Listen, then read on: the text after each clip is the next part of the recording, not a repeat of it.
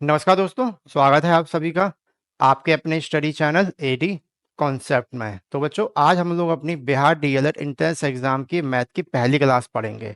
जो हम पहली क्लास पढ़ेंगे इसमें अपन प्रीवियस ईयर क्वेश्चंस रहने वाले हैं। प्रीवियस ईयर आपके वही क्वेश्चन रहेंगे जो आपके 2024 में पूछे गए हैं। जो हमारी स्टार्टिंग कुछ क्लासेस रहने वाली इसमें हम सारे के सारे आपको प्रीवियस ईयर क्वेश्चंस कवर करवा देंगे, जिससे आप लोगों को एक आइडिया मिल जाएगा कि एग्जाम में किस तरीके के क्वेश्चन पूछे जाते हैं और हमें किस तरीके की तैयारी 2025 के लिए अपनी करनी है। और जितने बच्चों को मैथ से डर लगता है तो हमारी मैथ की कंप्लीट सीरीज देखकर जाइएगा। मैथ का डर खत्म ना हो जाए तो आप कीजिएगा, क्योंकि हमारे मैथ का पढ़ाने का तरीका थोड़ा सा अलग है। ठीक है, हम लोग को सिंपल तरीके से पढ़ाते हैं, तो वीडियो को पूरी देखिएगा। ज़्यादा बड़ी वीडियो नहीं रहेंगी, स्टार्टिंग में छोटी छोटी वीडियो ही रहेंगी हमारी। ठीक है, तो आपको बोरिंग भी नहीं लगेंगी। तो पहला यहाँ पे क्वेश्चन दिखा हुआ है, which of the following is are not irrational number. कौन सा यहाँ पे इरेशनल नंबर नहीं है, यानी कि रेशनल नंबर अपन को पता करना है।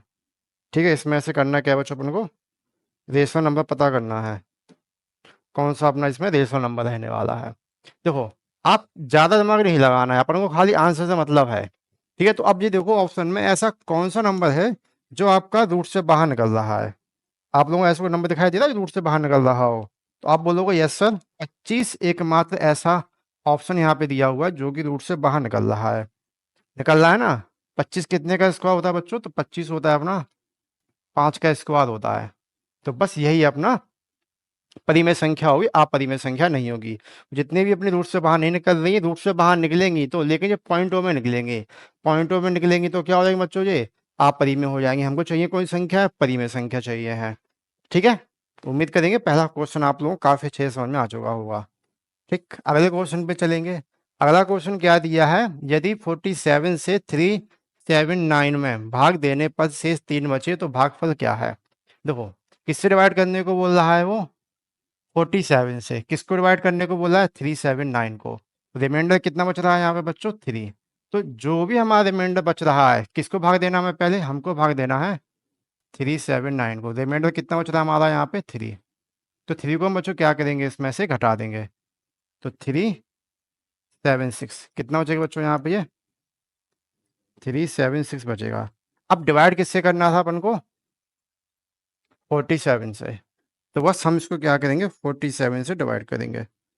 ठीक है, तो 8 7 या 56, यानी कि अपना ये आएगा 8 टाइम चला जाएगा। बस 8 अपना आंसर होगा। ऑप्शन नंबर यहाँ पे बी करेक्ट आंसर हो जाएगा। क्लियर है, उम्मीद करेंगे आपको पहला क्वेश्चन काफी अच्छे से समझ में आ चुका होगा, है ना। बड़ा आसान सा क्वेश्चन था। नेक्स्ट क्वेश्चन पे चलेंगे यहाँ से। तो नेक्स्ट क्वेश्चन अपना ये रहा। तो नेक्स्ट क्वेश्चन दिया हुआ है, यदि एचसीएफ 54 और 78 का 6 है तो एलसीएम 54 और 78 का क्या होगा। देखो, हमें दो संख्या दे रखी हैं। हमको क्या बच्चों, दो संख्या दे रखी है, 54 और 78। ठीक है, अब इनके अपन अगर एलसीएम की बात करते हैं तो एलसीएम कितना दिया है, अच्छा एलसीएम तो निकालना है अपन को। एचसीएफ कितना दिया हुआ है यहाँ पे, एसएफ दिया हुआ है 6। अब सब बच्चे क्या करेंगे, इसको क्वेश्चन को सॉल्व करने की कोशिश करेंगे।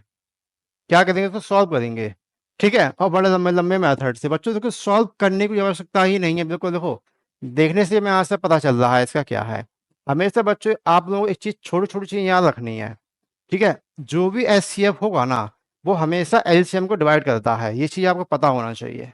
ठीक, आपको सॉल्व नहीं करना है, मन में ये पता कर सकते हो। ठीक है, आपको बस इतनी चीज याद कर लो कि जो भी आपका एचसीएफ होता है ना, वो हमेशा एलसीएम को डिवाइड करता ही करता है। तो हमारा मतलब उसमें बोला क्या, एलसीएम, यानी कि ऑप्शन में जो भी हमें दिए गए हैं, ऑप्शन में जो भी दिए गए हैं सारे के सारे बच्चों क्या है, ये एलसीएम ही है। क्या बच्चों, एलसीएम है। तो एलसीएम किससे डिवाइड होंगे, एचसीएफ। एचसीएफ कितना दिया हुआ है यहाँ पे, 6। अब ऐसा नंबर देख लो जो कि 6 से डिवाइड हो जाए। तो क्या डिवाइड होता है 600, तो नहीं होता है। ये भी नहीं होता है, 702 होता है, 805 भी डिवाइड नहीं होता है। तो बस खत्म, अपना सी वाला यहाँ पे करेक्ट आंसर हो जाएगा। ये क्लियर है, उम्मीद करेंगे आपको यहाँ तक हर चीज काफी अच्छे से समझ में आ चुकी होगी। अब कई बच्चे ऐसे सोच रहे होंगे सर कि आपने इसको डिवाइड कैसे कर दिया, है ना। मोस्ट लोग सोच रहे होंगे सर आपने डिवाइड कैसे कर दिया। तो हमने कुछ नहीं करा, हमने क्या देखा, 6। तो 6 का डिविजिबिलिटी रूल पता होना चाहिए। तो 6 का डिविजिबिलिटी रूल क्या है, 6 2 और 3 के मल्टीपल से होके बना है। ठीक है, या तो जो भी नंबर है अपना 2 से डिवाइड होना चाहिए। तो 2 से डिवाइड कौन सा नंबर होता है, जिसका यूनिट डिजिट इवन नंबर हो। तो यहाँ भी इवन नंबर था, देखो ध्यान समझना, ये भी इवन था, ये भी इवन, ये भी इवन, बस ये नहीं था 5 यूनिट डिजिट में इकाई अंक देखना है। तो बस ये तो पहले कट चुका था।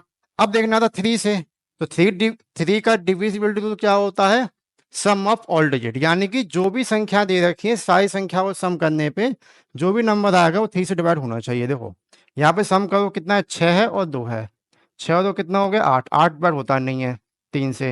ये कितना हो गया, 6 और 6 12, 12 और 5 17, तो 17 भी डिवाइड नहीं होता है। बचा क्या आपके पास, 702 बचा है, 7 और 2 9, 9 हो गया, और 9 अपना 3 से कंप्लीटली डिविजिबल है।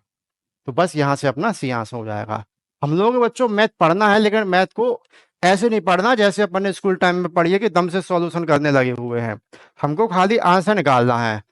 यहाँ से अपन लोग बच्चों नेक्स्ट क्वेश्चन पे चलेंगे। त्रिघाती बहुपद इतना दिया हुआ है हमको, और इसके शून्य अल्फा बीटा एवं गामा है, तो alpha plus beta plus gamma का मान क्या होगा। तो alpha plus beta plus gamma का मान हमन को निकालना है। त्रिघाती बहुपद दिया हुआ है, इसका फॉर्मूला बच्चों क्या होता है, अल्फा बीटा प्लस गामा इसका क्या होता है, माइनस का बी अपॉन ए। तो बी की वैल्यू बच्चों कितनी दे रखी है, यहाँ पे 7 है, कितनी दे रखी है बच्चों, माइनस का 7 अपॉन ए की वैल्यू कितनी दे, कुछ नहीं यानी कि 1 है। तो माइनस तो फॉर्मूले में होता है, और माइनस का 7 यहाँ पे ऑलरेडी दिया हुआ है, तो माइनस माइनस क्या हो गया यहाँ पे प्लस।